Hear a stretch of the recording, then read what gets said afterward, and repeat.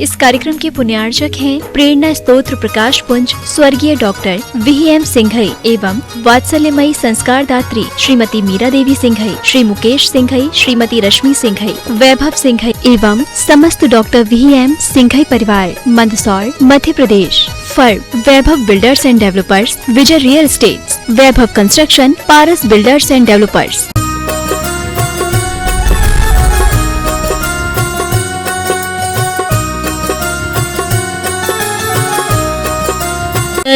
जय श्रवण संस्कृति के उन्नायक प्रातः स्मरणीय आचार्य भगवंत विद्यासागर जी महामुनि राज की जय जय जय जय। बोलिए गुणायतन प्रणेता, शंका समाधान भावना योग प्रवर्तक, तरुणाई के प्रखर वक्ता पूज्य मुनिवर श्री प्रमाण सागर जी महाराज की जय जय जय। मुनिवर श्री अरहय सागर जी महाराज की जय जय जय। प्रिय बंधुओं, तीर्थराज सम्मेद शिखर की तलहटी गुणायतन परिसर में आयोजित देश के सर्वाधिक लोकप्रिय कार्यक्रम शंका समाधान में यहां उपस्थित एवं देश विदेश से जुड़े हुए उन सभी श्रद्धालुओं का जो कि पारस चैनल, जिनवाणी चैनल, प्रामाणिक ऐप एवं आदिनाथ टीवी चैनल के माध्यम से इस कार्यक्रम का सीधा प्रसारण देख सुन व आनंद ले रहे हैं, उन सभी का मैं गुणायतन श्री सेवायतन परिवार की ओर से हार्दिक हार्दिक अभिनंदन करता हूं। बंधुओं, यह कार्यक्रम प्रारंभ हो उसके पूर्व प्रतिदिन की भांति हम चलते हैं उनके चरणों में जिन्होंने असंख्य भव्य जीवों को जो शंकाओं की नदी में बह रहे हैं उन्हें समाधान की नौका देकर के तारा है। ऐसे पूज्य गुरुदेव श्री प्रमाण सागर जी महाराज के चरणों में नमोस्तु निवेदित करने के लिए चलते हैं। भो स्वामी नमोस्तु नमोस्तु नमोस्तु। बंधुओं, मैं आपसे कहना चाहूंगा, विश्व में एक ही ऐसा आयतन है जिस आयतन में आकर के हमें आत्मा से परमात्मा बनने की प्रक्रिया हम जान पाएंगे। वो आयतन और कोई आयतन नहीं, वह है गुणायतन। तो मैं आपसे निवेदन करना चाहूंगा, यदि अभी तक आप गुणायतन से नहीं जुड़े हैं तो वो हमारे गुणायतन कार्यालय से संपर्क करके अपने जीवन को किसी न किसी रूप में गुणायतन से जोड़ें, चाहे तो सदस्य योजनाओं के रूप में या कि निर्वाण की बहुत सारी योजनाएं, उन योजनाओं से जुड़ करके बंधुओं आप गुणायतन का सहयोग कर सकते हैं। बंधुओं, आज निर्वाण निधि के रूप में जिन्होंने गुणायतन से जुड़ने का भाव बनाया है, ऐसे श्रीमती सुमन पाटनी, अशोक चंदा जी पाटनी, सुधीर जी, अर्पिता जी पाटनी, अन्या अनय पाटनी इंदौर से ताली बजा करके हम इनका अभिनंदन करते हैं। वहीं शंकर लाल जी खेमराज, श्री सांगवत, पुष्पा देवी जी, शंकर लाल जी सांगवत मुंबई से, इनके लिए भी अभिनंदन करते हैं। कुमारी आशी जैन CA, श्री अशोक जी जैन, श्रीमती अंजना जैन जबलपुर से, इन्होंने निर्वाण निधि के रूप में अपने आप को गुणायतन से जोड़ा। बहुत बहुत इनको ताली बजा करके अभिनंदन। बंधुओं, वहीं निर्वाण निधि के रूप में अधिक राशि देकर के जो जुड़े हैं ऐसे डॉक्टर निश्चल जी, सुरेश कुमार जी गोदा, निर्मला जी, सुरेश जी गोदा वासिम से जोरदार ताली बजा करके हम उनका भी अभिनंदन करते हैं। बंधु आज यहाँ पर उपस्थित है जो निर्वाण निधि के रूप में ही जुड़े हैं, ऐसे श्रीमान सुरेश जी, महेंद्र कुमार जी, प्रेमलता जी, अजमेरा जी, सुरेश जी जैन,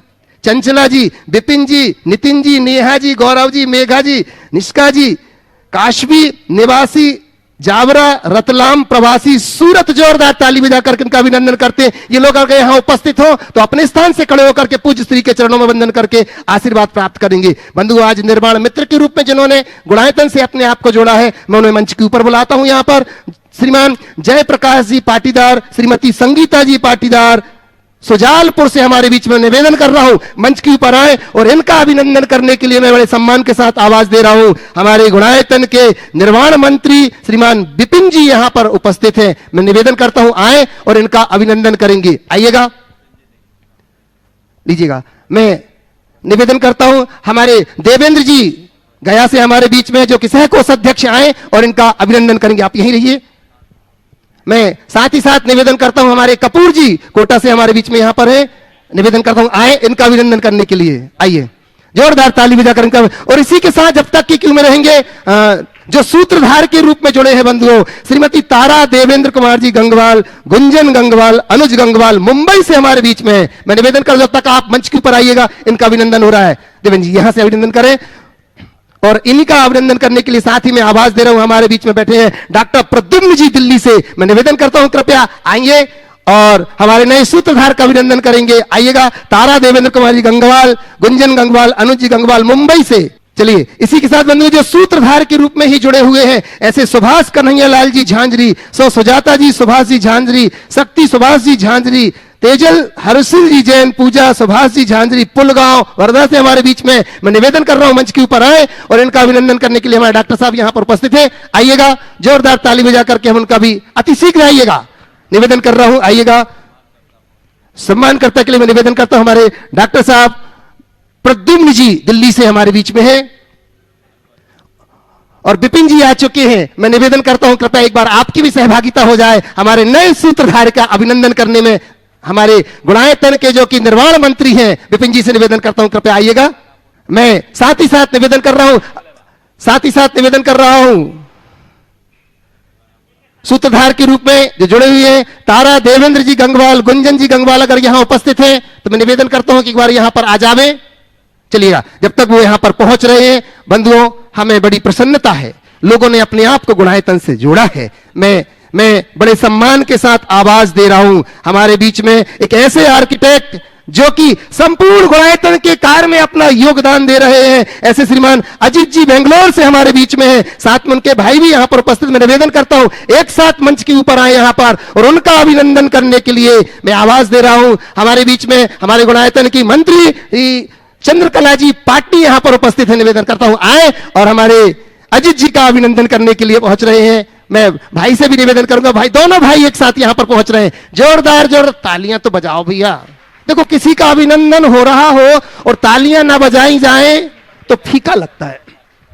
और अब मैं इसी के साथ आवाज देता हूं, साथ में विजय जी कासलीवाल जी से निवेदन करता हूं कृपया इस सम्मान में आपकी सहभागिता भी होवे, जो कि हमारे गुणायतन के शिरोमणि संरक्षक हैं। मैं निवेदन करता हूं विद्या विजय जी कासलीवाल नांदेड़ से हमारे बीच में जोरदार ताली बजा करके विद्या जी से भी निवेदन करता हूं कि आप भी साथ में आ जाइएगा।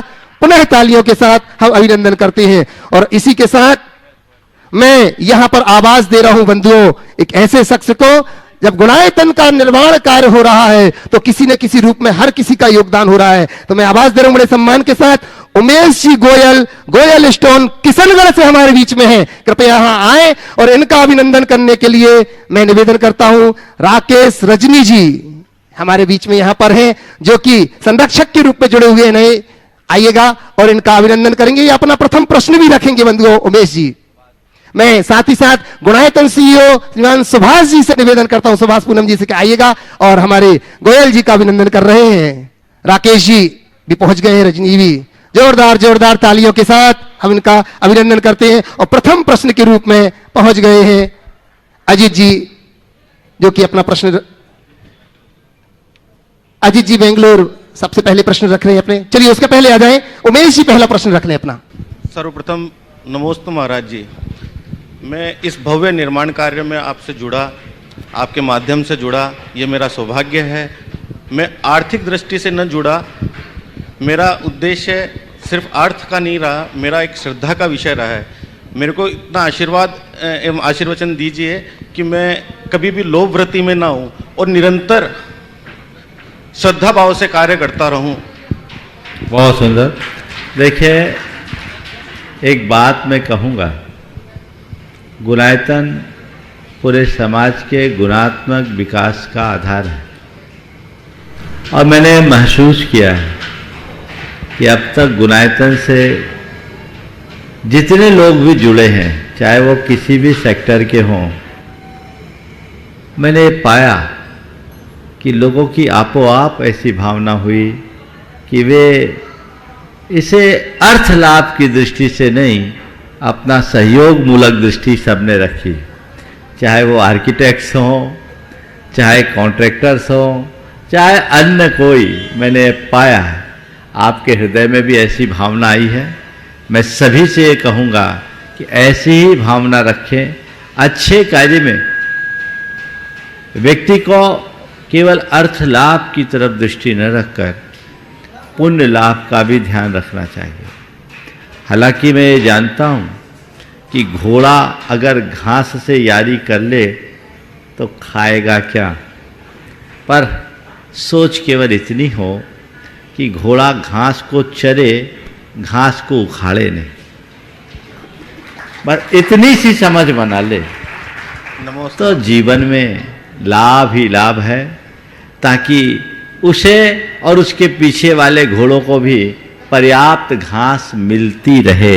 ये हमारी दृष्टि होनी चाहिए। बहुत बहुत आशीर्वाद।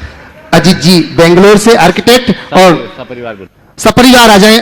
अजीत जी पूरे परिवार के साथ यहां पर और तैयार रहेंगी बहन रितिका जैन दुर्गापुर पश्चिम बंगाल से। तैयार रहेगी बहन रितिका जैन दुर्गापुर से। पूरे परिवार के साथ आ जाए। नमोस्तु महाराज।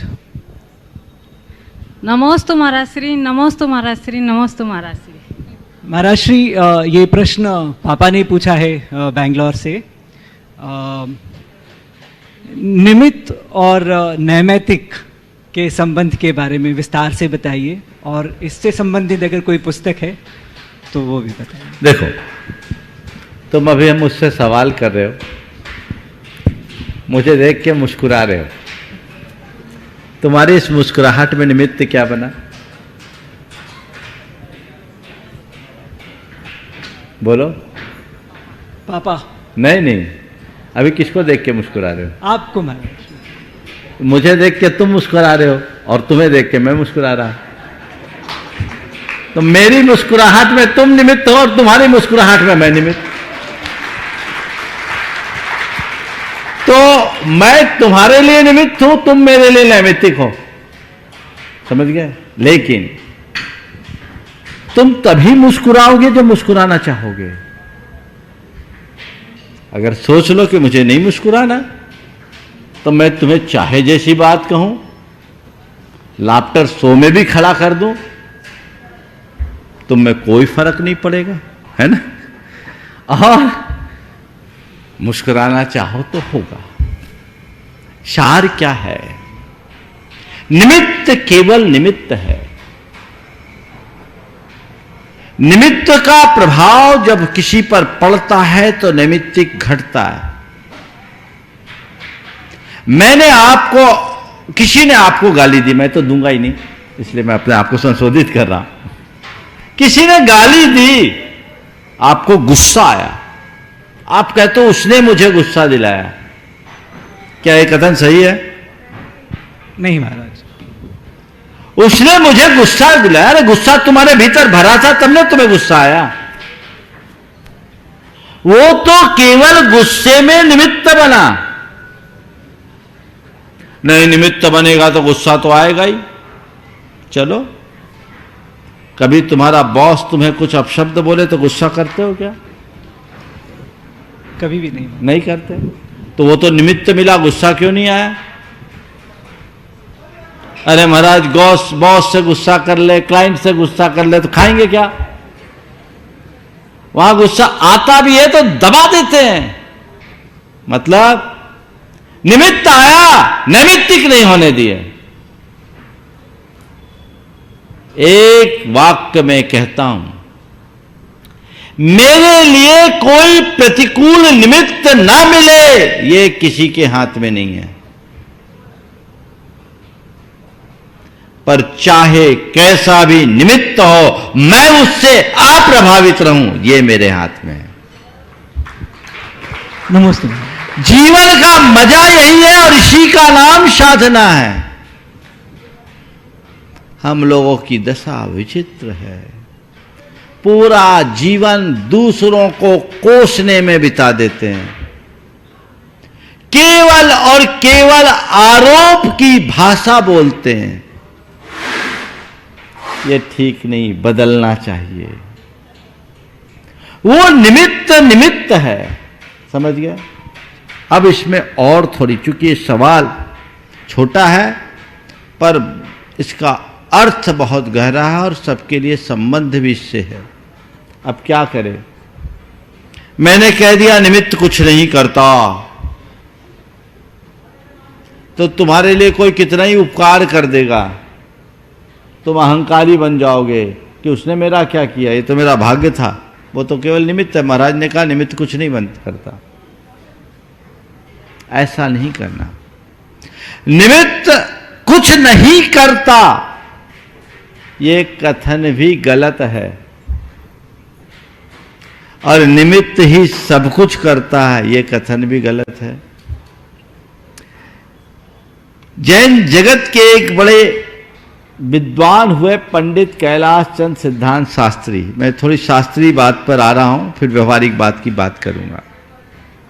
उन दिनों अखिल भारतीय विद्वत परिषद के राष्ट्रीय अध्यक्ष हुआ करते थे।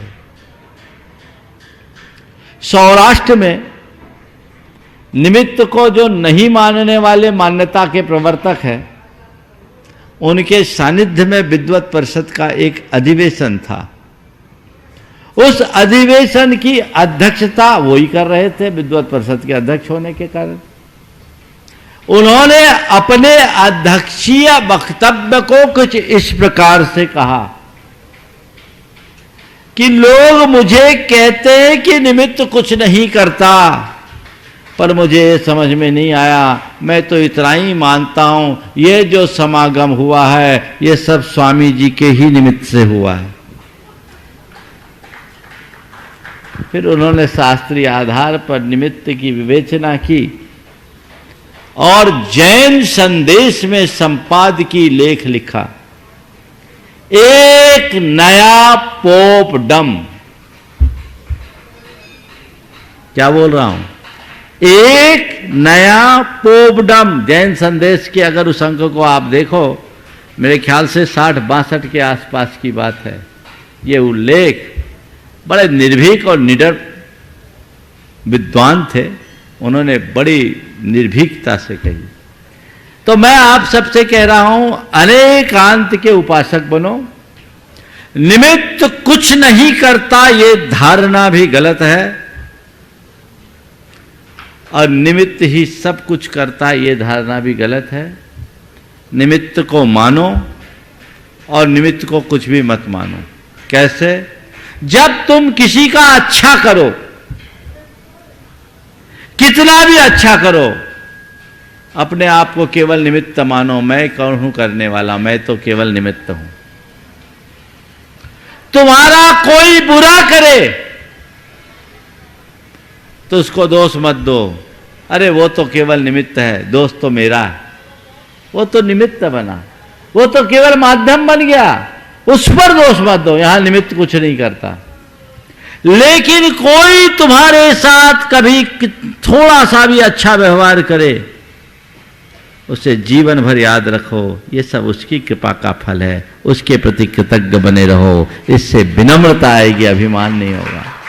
और कभी किसी के प्रति थोड़ा भी गलत किया, हाँ मैंने बुरा किया, ये सोचकर उससे क्षमा मांगो, मन साफ हो जाएगा। जीवन का रास्ता यही है।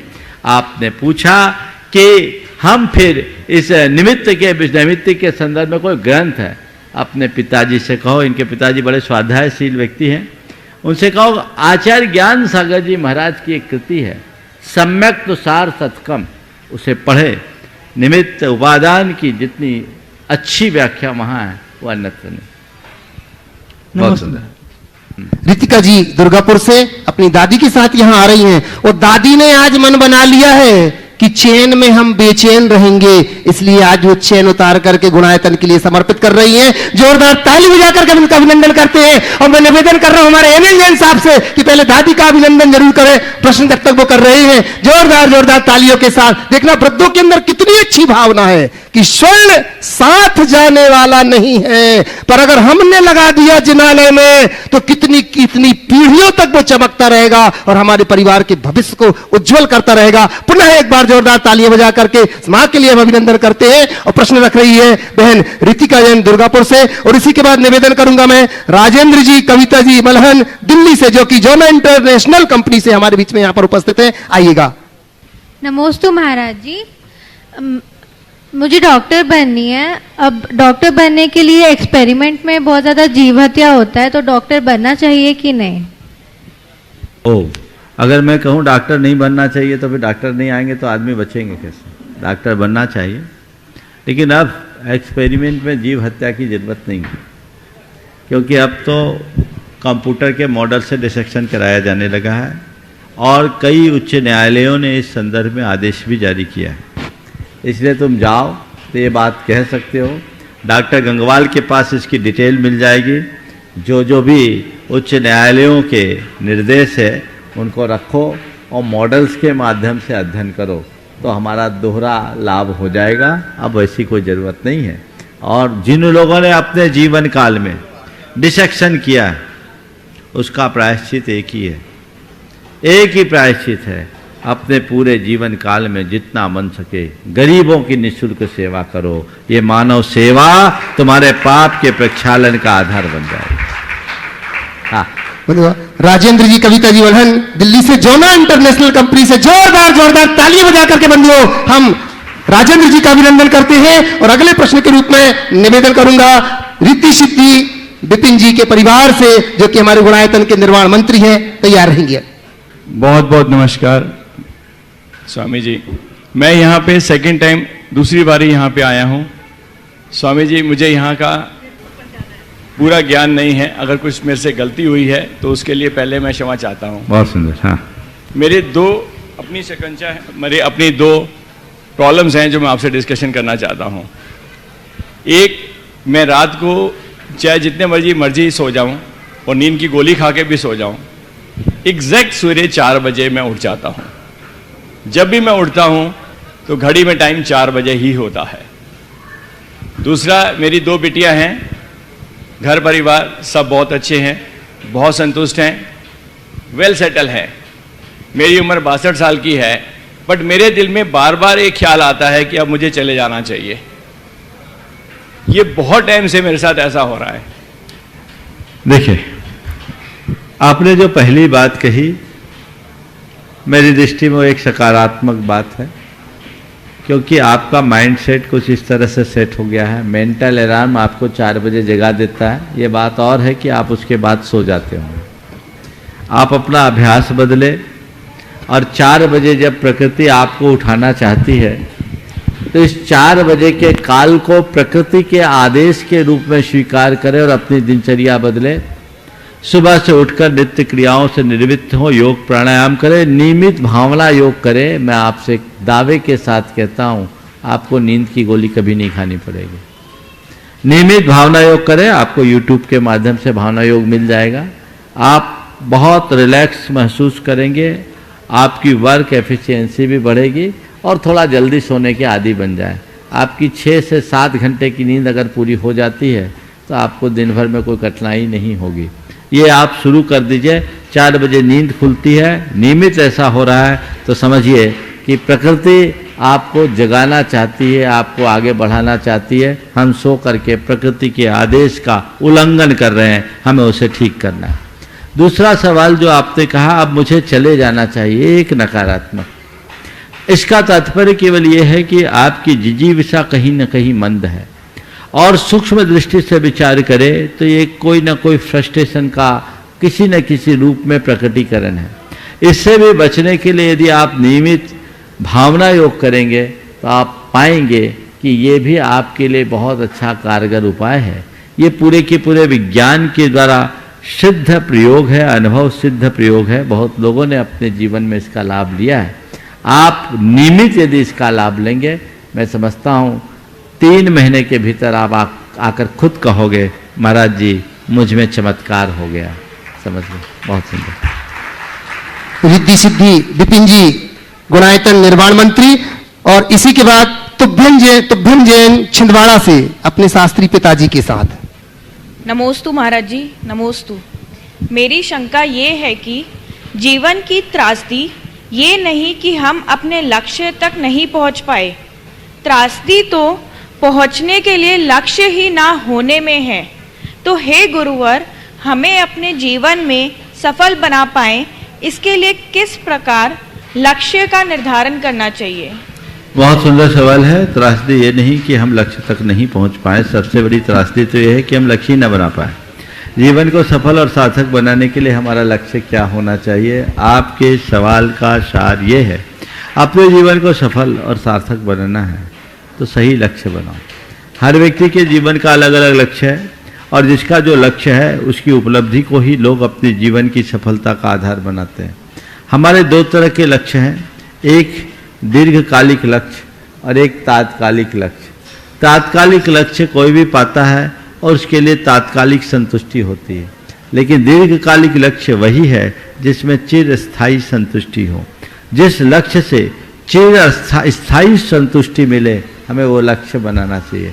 अल्टीमेट गोल क्या है ये समझो, हमारे जीवन का अंतिम लक्ष्य क्या है। किसी भी व्यक्ति से पूछो, भैया क्या करना चाहते हो? अभी मैं पढ़ाई करना चाहता हूँ, मुझे IIT करना है। IIT करने के बाद क्या करना है, IIT करने के बाद मैं जॉब करूंगा, जॉब करने के बाद क्या करना, अच्छी कंपनी खोलूंगा, अच्छी कंपनी खोलने के बाद क्या करना, अच्छा पैसा कमाऊंगा, अच्छा पैसा कमा के क्या करूंगा, क्या करना, बोले आनंद से रहूंगा।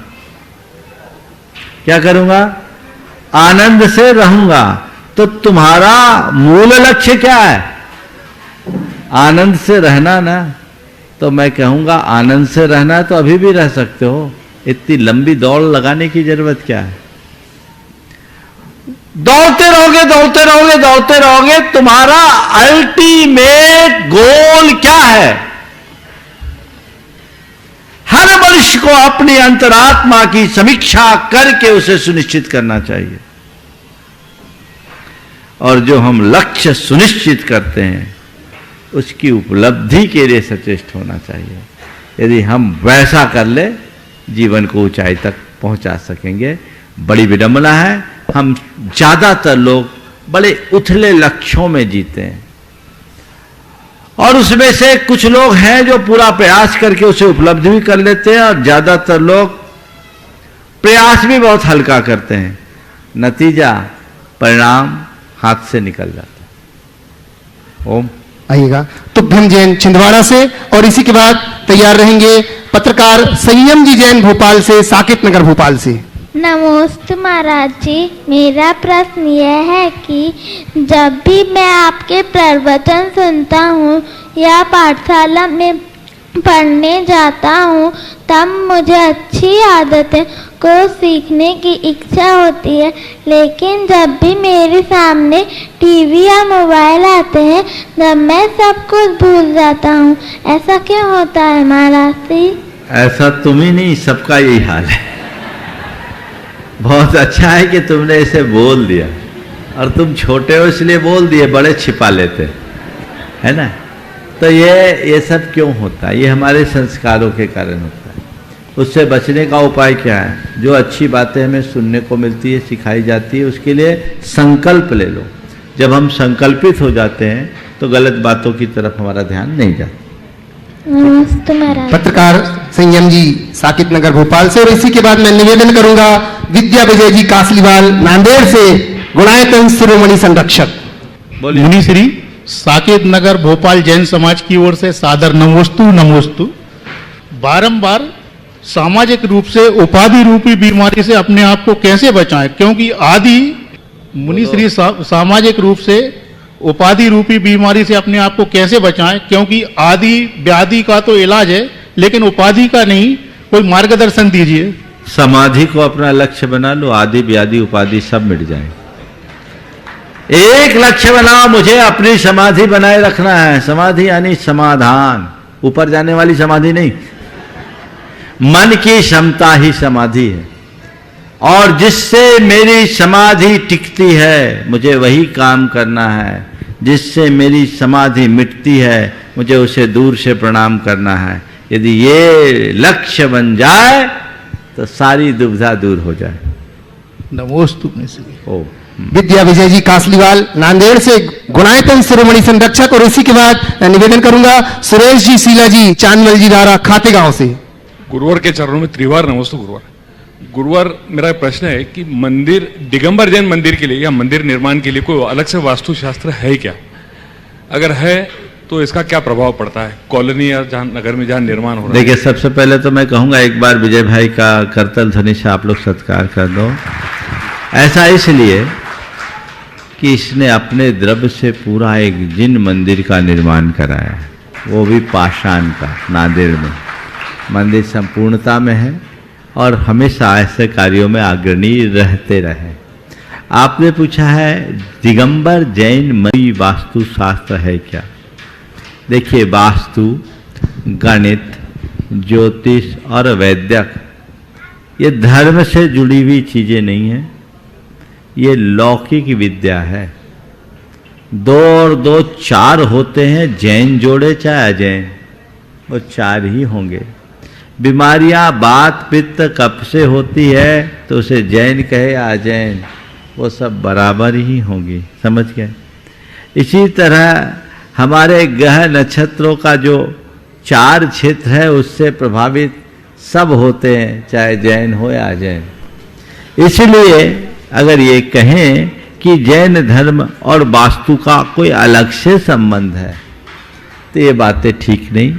लौकिक शास्त्र है, व्याकरण, आयुर्वेद, ज्योतिष और वास्तु ये लौकिक ग्रंथ है, ये लोक विद्या से जुड़े हुए हैं, इनको धर्म से जोड़ना उचित नहीं है।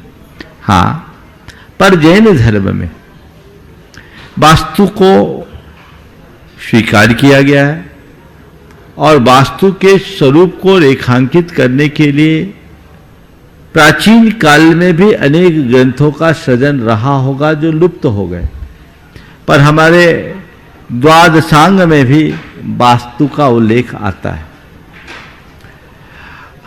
वर्तमान में अगर जैन ग्रंथ के अनुरूप कोई वास्तु के ग्रंथ को कहा जाए तो एक ठक्कर पेरूमल कृत वास्तु सार प्रकरणम एक ग्रंथ है, समझ गए, जो लगभग 16वीं शताब्दी की है रचना।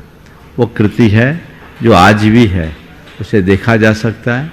पर अगर हम निकालना चाहें वास्तु के सिद्धांत को तो जैन ग्रंथों में जो वर्णन है नगरों की संरचना का, भवनों के निर्माण का, मंदिरों के निर्माण का, उन सब में वास्तु के बीज भरे पड़े, सब पूरे कैलकुलेशन के साथ है, वहां से निकाला जा सकता है। हाँ, कुछ चीजें वास्तु के लिए अलग अलग परंपराओं में भिन्न भिन्न रूप से जुड़ जाती है। जैसे हर परंपरा की अपनी मान्यता है, उसी के अनुरूप उनके उपास्य हैं। तो जब हम मंदिर का निर्माण करते हैं तो वहां अपने उपास्य की स्थापना उसी रूप में करते हैं। जैसे भगवान को विराजोगे तो वेदी में ही विराजोगे, शिवलिंग की वेदी नहीं होती, वो जमीन पे होती। तो जो जैसी है परंपरा उसी के अनुरूप, देवी देवताओं का अंकन भी उसी अनुरूप होता है। तो इसलिए जो भी वास्तु के सलाहकार हैं उनको परंपरा का भी ज्ञान होना चाहिए। अगर कोई अंकन आप कर रहे हैं तो वो परंपरा से मेल खाता हो ताकि आने वाले समय में उनका इतिहास भी लिखा जा सके। समझ गए? ये बातें ध्यान देने होगी। लीजिएगा सुरेश जी, शीला जी, चांदमल जी रारा खातेगांव से, और इसी के बाद मैं निवेदन करूंगा राकेश जी, रजनी जी गोधा इंदौर से। नमोस्तु भगवान, नमोस्तु नमोस्तु। महाराज जी, मेरा एक प्रश्न ये है कि जिन बिंब एवं वेदी में संख्या हमेशा विषम क्यों रहती है? जिन बिंब और वेदी में संख्या विषम क्यों रहती है? एक बार हम उससे कहा महाराज जी वंदना करते हैं तो ऊन वंदना क्यों करते हैं, 1, 3, 5, 7 क्यों करते हैं? तो मैं एक ही बात जानता हूं, सम संख्या को काटा जा सकता है, विषम संख्या अकाट्य होती। जी जी, एक रीजन तो ये है जी सर। और दूसरा, धर्म का काम ऊन क्यों करते हैं? इसलिए करते हैं कि जीवन भर याद रहे कि मेरा काम अभी पूर्ण नहीं हुआ, ऊन है, जीवन की आखिरी सांस तक धर्म करने की प्रेरणा हो जाए। तो पूर्ण वंदना करके मत जाओ, 1 करो, 3 करो, 5 करो, 7 करो, मेरी वंदना ऊन ही है। इसका मतलब आकर के पूर्ण करनी है। समझ गए? संसार के अकाउंट को हमेशा बंद करने की कोशिश करो और परमार्थ के अकाउंट को हमेशा ओपन रखो, खुला रखो। समझ गए? ताकि हम अपना काम ठीक करते रहें। नमस्ते। राकेश, रजनी जी गोधा इंदौर से, संरक्षक गुणायतन, और इसी के बाद निवेदन करूंगा इंद्रचंद जी पाटनी दुर्ग से। नमोस्तु नमोस्तु नमोस्तु महाराज श्री। मेरा प्रश्न है, इंसान की जुबान सबसे ज़्यादा गुनाहगार होती है, 2 गुना करती है। पहले रचना इंद्रिय द्वारा, दूसरा बोलने से ज़्यादा। तो ऐसे इस पर काबू कैसे करें? जिब्बा पर काबू कैसे करें? बहुत सही बात है। ये जिब्बा बड़ी विचित्र है कि ये खाने में भी परेशान करती है और चलने में भी परेशान करती है। इस पर नियंत्रण कैसे करें? आत्म संयम से ही हम अपनी इंद्रियों पर अंकुश लगा सकते हैं। और इसका सूत्र है विवेक। खाते समय यदि हम विवेक रखें तो हमें बोध होगा हमें क्या खाना और क्या नहीं खाना, खाते समय विवेक रखने पर। और प्राय जिनको विवेक होता है वो नहीं खाते, पर कई लोग ऐसे होते डायबिटिक होने के बाद भी जलेबी और रसगुल्ला खाते हैं। सही है। तो ये विवेकहीनता है। अगर विवेक है, खाने का विवेक हमें खाने में संयम पैदा करता है, और बोलने का विवेक हमारी वाणी में संयम होता है। आप अनुभव करते होंगे कई बार कई मौके आते हैं तो आप अपने शब्दों को प्रयत्न पूर्वक नियंत्रित करते हैं, नहीं हाँ मुझे ये नहीं बोलना, बोलूंगा तो बवाल हो जाएगा। सही। कौन रोका? मन के विवेक ने। तो विवेक जगाइए। और विवेक कैसे जगेगा? नियंत्रण करना। हाँ, नियंत्रण करना। विवेक कैसे जगेगा? विवेकियों के संसर्ग में रहिए, उनके संसर्ग संपर्क में रहोगे तो देखते ही देखते खरबूजा खरबूजे को देखकर रंग बदलेगा। अनुभवी, विवेकी और संयमी जनों के संपर्क में आने से हमारे जीवन में ये गुण स्वाभाविक रूप से प्रकट हो जाता। नमोस्तु महाराज। इंद्रचंद जी पाटनी दुर्ग से, और इसी के बाद निवेदन करूंगा मैं चंद्रकला जी पाटनी रांची से, गुणायतन मंत्री। महाराज जी दुर्ग दिगंबर जैन पंचायत के पाटनी परिवार से नमोस्तु महाराज। त्रिकाल क्वेश्चन ये है महाराज श्री कि मंदिर पंचायत के अंतर्गत कोई भी पदाधिकारी बनना चाहिए कि नहीं बनना चाहिए, पर जाने अनजाने में बनने पर जाने अनजाने में निर्माल का दोष लगता है कि नहीं लगता? पदाधिकारी बनना चाहिए कि नहीं? और हम बन चुके हैं उसके बाद छोड़े हैं, परंतु हमारे मन में शंका है कि हमसे क्या गलती हो गई, उसका किसका निवारण करें? देखो मैं कहूं नहीं बनना चाहिए तो भगवान भरोसे हो जाएंगे। मंदिर के प्रबंध और व्यवस्था को संचालित करने के लिए कुछ लोगों को जिम्मेदारी लेनी ही चाहिए, और वह जिम्मेदारी अगर समाज के द्वारा सौंपी जाती है तो बखूबी उसका निर्वाह भी करना चाहिए। पर मैं एक बात कहूंगा, मंदिर के पदाधिकारी मत बनना, मंदिर के सेवक बनना। सेवक बने परंतु कोई गलतियों के कारण। बात सुनो पूरी। मंदिर के सेवक बनो। हो सकता है, होता ही है कि तुम्हें वे पदाधिकारी के रूप में बुलाए,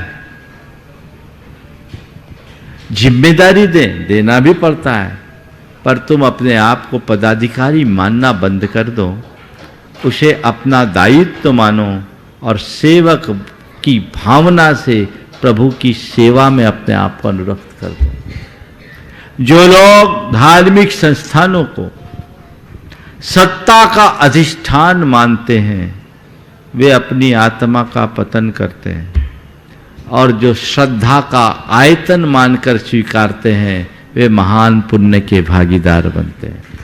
मेरे मन में बात सुन लो, आप अपनी बात करो, मैं सबकी बात कर रहा हूं, इधर से चलने दो। जो मैं संदेश दे रहा हूं उसे गहराई से सुनो, सुधार लेना जो होगा और अच्छा होगा तो स्वीकार लेना। तो श्रद्धा का आयतन मानकर धार्मिक संस्थानों से जुड़ो, सत्ता का अधिष्ठान मत बनने दो, और अपना इस्तीफा जेब में रख करके चलो। जिस दिन तुम्हें लगे कि यहां पॉलिटिक्स हो रही है, ले भैया हमें नहीं चाहिए।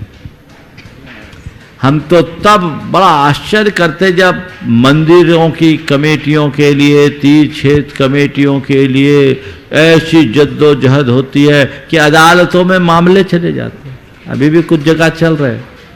भाई साहब की कोई जागीर है क्या? कर क्या रहे? सेवा करने के लिए लड़ रहे हो कि अपने अहंकार की पुष्टि के लिए लड़ रहे हो? सोचना केवल ये चाहिए।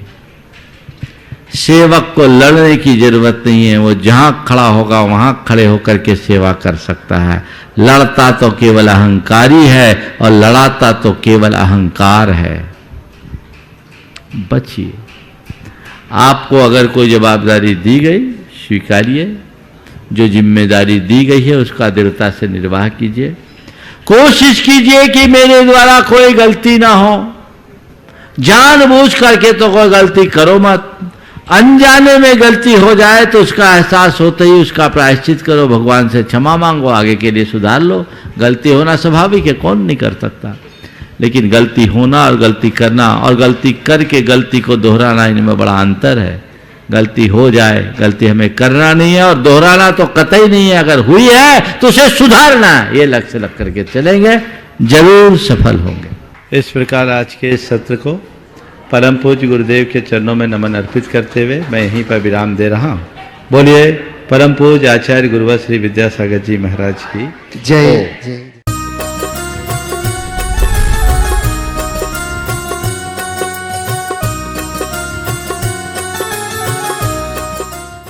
इस कार्यक्रम के पुण्यार्चक थे प्रेरणा स्तोत्र प्रकाश पुंज स्वर्गीय डॉक्टर VM सिंघई एवं वात्सल्यमयी संस्कार दात्री श्रीमती मीरा देवी सिंघई, श्री मुकेश सिंघई, श्रीमती रश्मि सिंघई, वैभव सिंघई एवं समस्त डॉक्टर VM सिंघई परिवार, मंदसौर, मध्य प्रदेश।